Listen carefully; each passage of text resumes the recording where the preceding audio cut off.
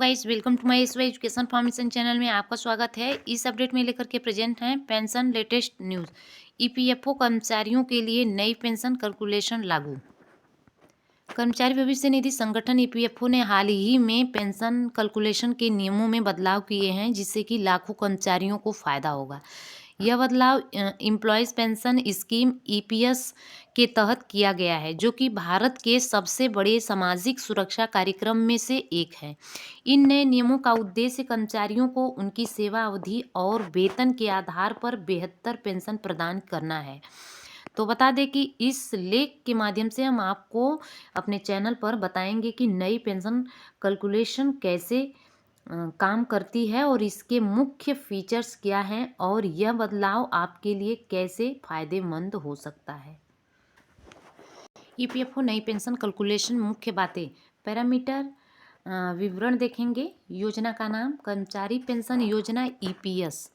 लागू करने वाली संस्था कर्मचारी भविष्य निधि संगठन ईपीएफओ।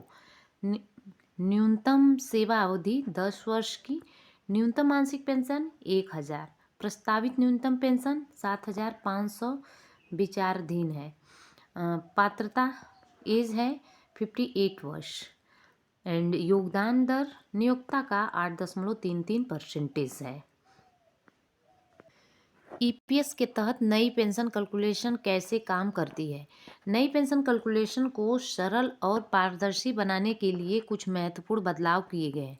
अब मासिक पेंशन की गणना निम्नलिखित फार्मूले से की जाएगी। यहाँ पर देखेंगे, मल्टीप्लाई करेंगे 70 बराबर यहाँ पे 70 होगा।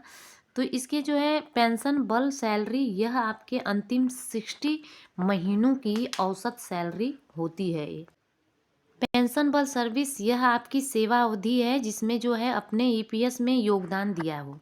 उदाहरण के लिए अगर किसी कर्मचारी की पेंशन बल सैलरी 15,000 है और उनसे 10 साल तक ईपीएस में योगदान दिया है तो उनकी मासिक पेंशन होगी 15,000 गुणे 1,070 2 बराबर 2,100 जो है 43 हो जाएगा।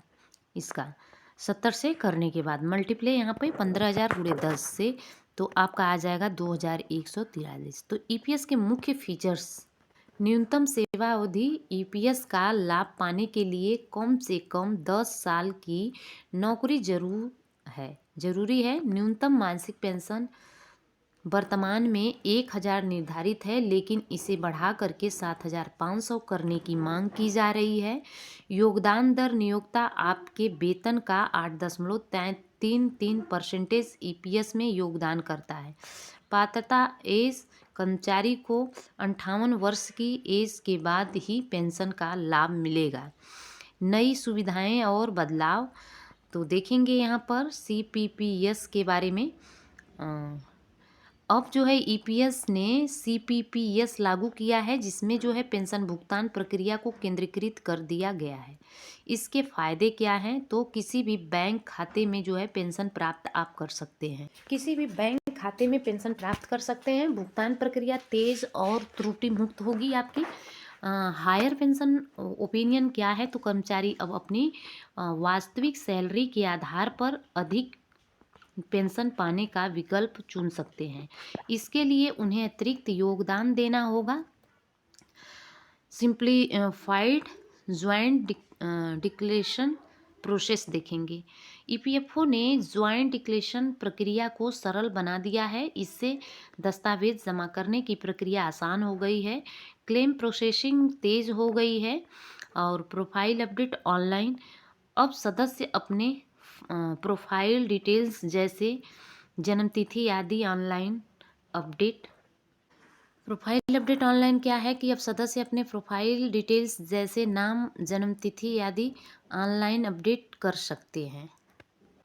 नई पेंशन योजना से लाभ, बेहतर वित्तीय सुरक्षा, रिटायरमेंट के बाद नियमित आय सुनिश्चित होती है। सरल प्रक्रिया, ऑनलाइन सेवाओं से समय और मेहनत दोनों बचती है। उच्च पेंशन विकल्प, कर्मचारी अपनी ज़रूरतों के अनुसार अधिक योगदान दे करके उच्च पेंशन प्राप्त करते हैं। ईपीएस और ईपीएफओ में अंतर क्या है?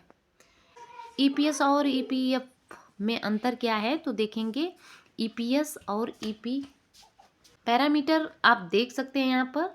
पेंशन स्कीम है, प्रोविडेंट फंड है। उद्देश्य है कि रिटायरमेंट के बाद मासिक आय क्या है, बचत और ब्याज अर्जित करना है। योगदान दर क्या है, नियोक्ता द्वारा, नियोक्ता का 8.33% है, कर्मचारी और नियोक्ता दोनों का 12% है। निकासी क्या है, केवल रिटायरमेंट पर है, नौकरी बदलने पर भी निकासी संभव है आपकी। नई योजना से जुड़े सवाल जवाब। क्या सभी कर्मचारी उच्च पेंशन विकल्प चुन सकते हैं? हाँ, लेकिन इसके लिए अतिरिक्त योगदान देना होगा। सीपीपीएस क्या है? यह एक केंद्रीकृत प्रक्रिया है जो कि सभी बैंक खातों में सीधे पेंशन भुगतान सुनिश्चित करती है। क्या न्यूनतम मासिक पेंशन बढ़ाई जाएगी? सरकार इसे 7,500 तक बढ़ाने का विचार कर रही है। इसमें निष्कर्ष क्या निकल कर के आया? ईपीएफओ द्वारा लागू की गई नई पेंशन कैलकुलेशन प्रणाली कर्मचारियों के लिए एक बड़ा सुधार साबित हो सकती है। इससे न केवल उनकी रिटायरमेंट योजनाएं बेहतर होगी बल्कि वित्तीय सुरक्षा भी सुनिश्चित होगी। हालांकि सरकार द्वारा प्रस्तावित न्यूनतम पेंशन वृद्धि अभी विचाराधीन है। यह वीडियो जो है जानकारी प्रदान करने के लिए उद्देश्य से बताया जा रहा है। कृपया किसी भी निर्णय लेने से पहले अधिकारी दस्तावेज पे विशेषज्ञों से सलाह अवश्य लें। Thanks for watching. God bless.